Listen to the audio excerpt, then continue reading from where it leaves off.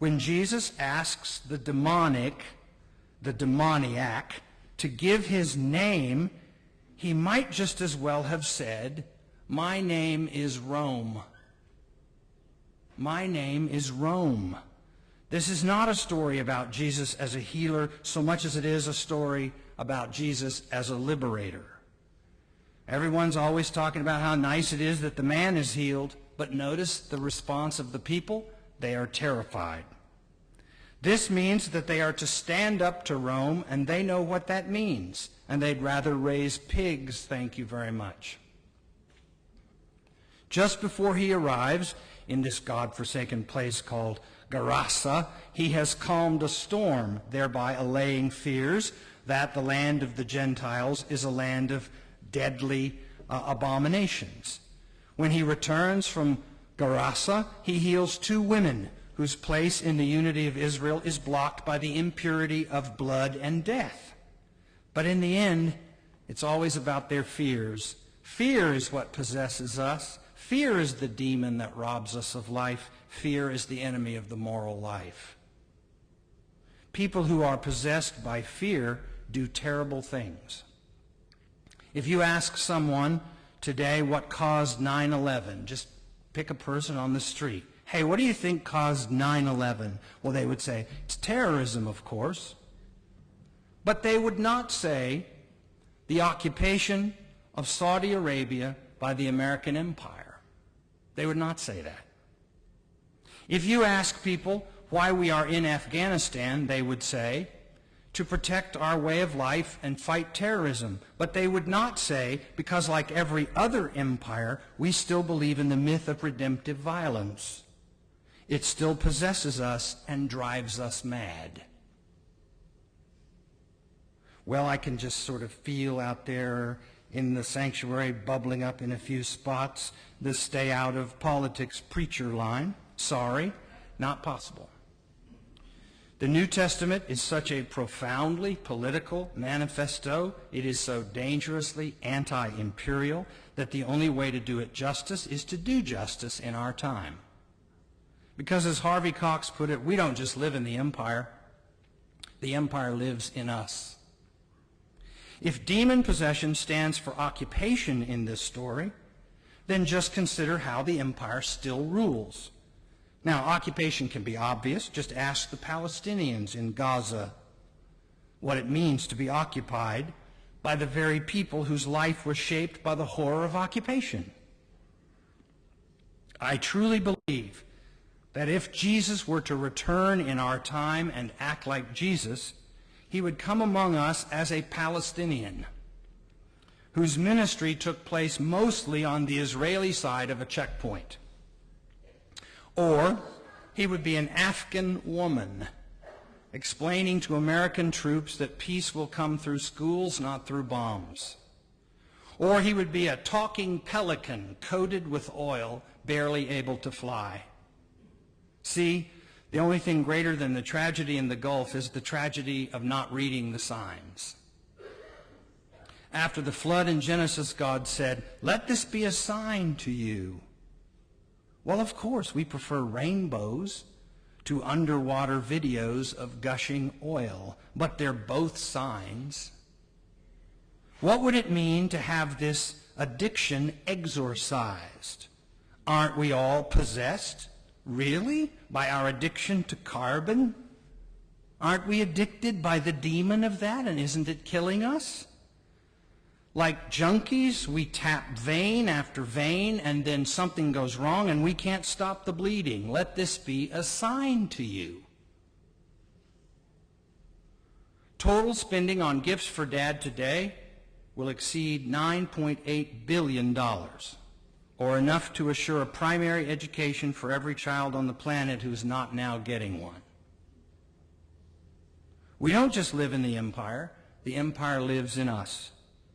And on the altar of our fears, especially the fear that we can never have enough, all empires fall. All empires fall. Our empire is falling. I know that doesn't sound like good news. I know you may think it's disturbing just a few weeks before the 4th of July. but my allegiance as a preacher is to Jesus and not to the principalities and powers. Several weeks ago, I accepted the high honor of delivering the commencement sermon to the graduating class of my alma mater, Phillips Theological Seminary. I preached from the parable of the leaven, the corrupting force that a woman, a peasant woman, hid in 3 measures of meal until the whole loaf was corrupted.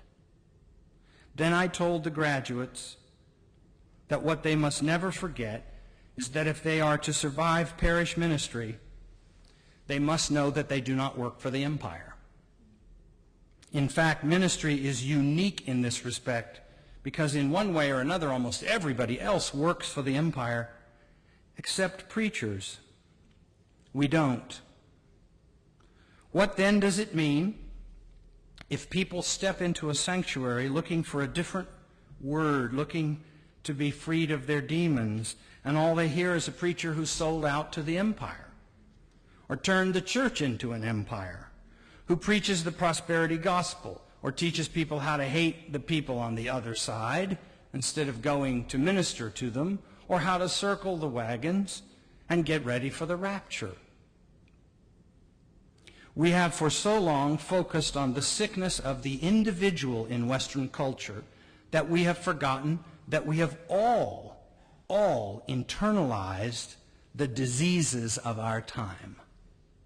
We are possessed by the empire's gospel, which is this: be afraid, be very afraid of running out of everything, instead of being liberated by the words of the one whom even the demons fear, the one who said, "Fear not."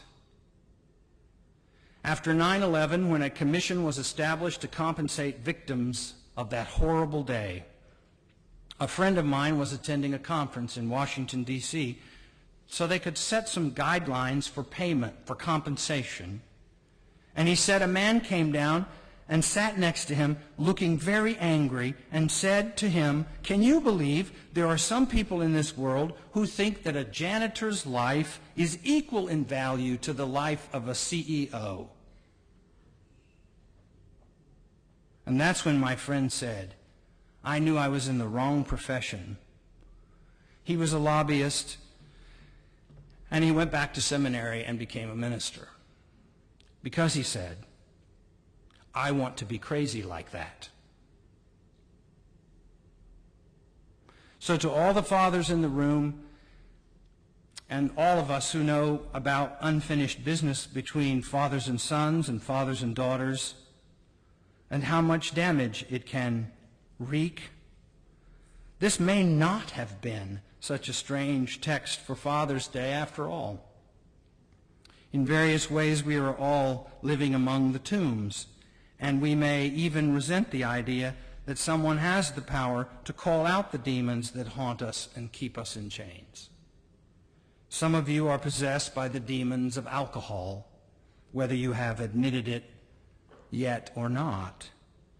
Others are possessed of the demons that drive you to cheat on your spouse, to prove that you aren't dead yet, and that if you seduce enough women, I'm talking mostly to the men here, you will never die.